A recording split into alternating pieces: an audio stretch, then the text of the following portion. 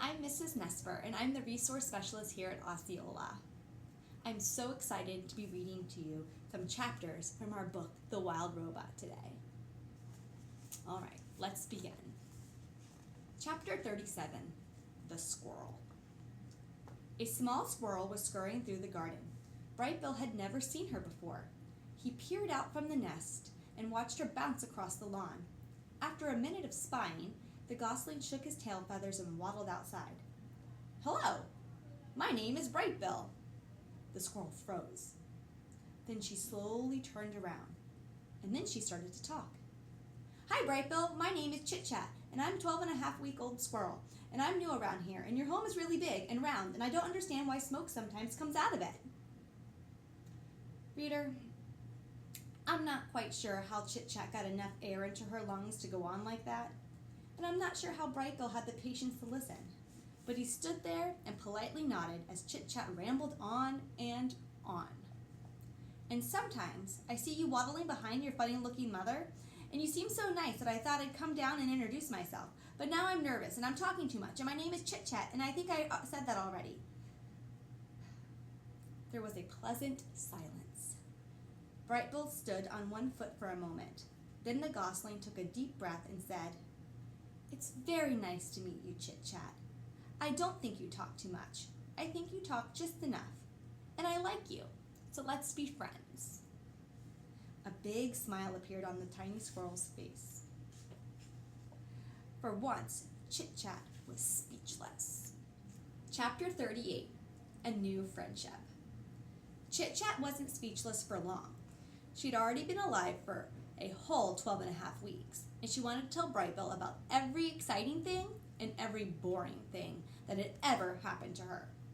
And so, as the new friends played and explored and ate together, the squirrel shared her stories. "I was born on the other side of the hill, and then last week I decided I was ready to build my first dray, which is what you call a squirrel's nest, and now I live in that tree with the weird bump in its trunk," she said while the two of them kicked pebbles into the pond.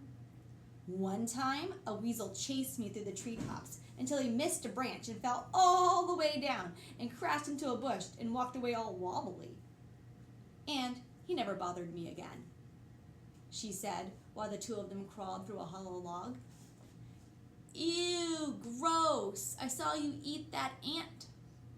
"One time, I ate a gnat by accident, and I didn't like it at all. I mostly eat acorns and bark and tree buds, and sometimes the yummy berries that grow in your garden," she said while the two of them took a snack break. But Chit Chat was as good of a listener as she was a talker, and whenever it was Brightbill's turn to speak, she'd keep quiet and hang on to his every word. Do you know who enjoyed their conversations most of all? Our robot, Roz. The protective mother was never far away, and she felt something like amusement at the silly conversations she overheard. And she felt something like happiness that her son had made such a good friend. Chapter 39, The First Flight. Brightbill had spent his entire life by the pond, and he was becoming very curious about what lay beyond his neighborhood. One day his mother said to him, "Let's go for a walk, and I will show you more water than you can possibly imagine." Roz placed the gosling on her flat shoulder, and the two of them set off across the island. They marched out of the forest, crossed the great meadow, and climbed uphill until they were at the top of the island's western ridge. Before them was a grassy slope that descended all the way to the dark, choppy waves that surrounded the island. "That is a lot of water," said the wide-eyed gosling. "I'm a good swimmer, but I'm not good enough to swim across that pond." "That's not a pond," said the robot.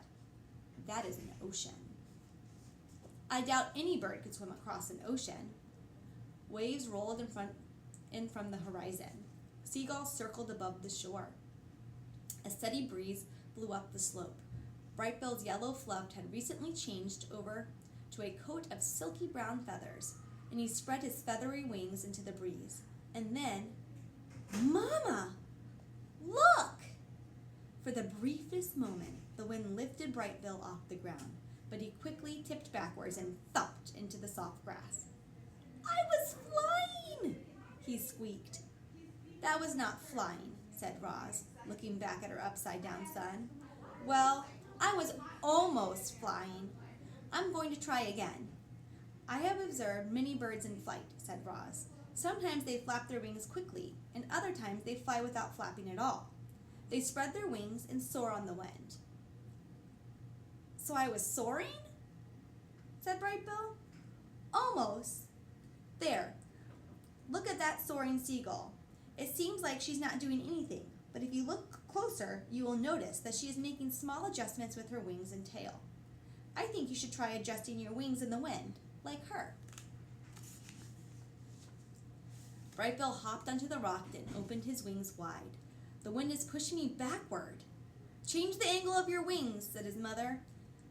Let us see what happens when they slice through the air. Brightbill slowly angled his wings downward. The more he turned them, the less wind pushed him backwards. And just as his wings leveled off, "Mama, look!" he squeaked as his feet lifted the ground. "I'm soaring! I'm soaring!"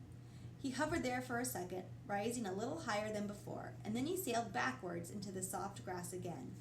The gosling kept hopping onto the rock and kept riding the wind and kept tumbling onto the grass until he started to find his wings.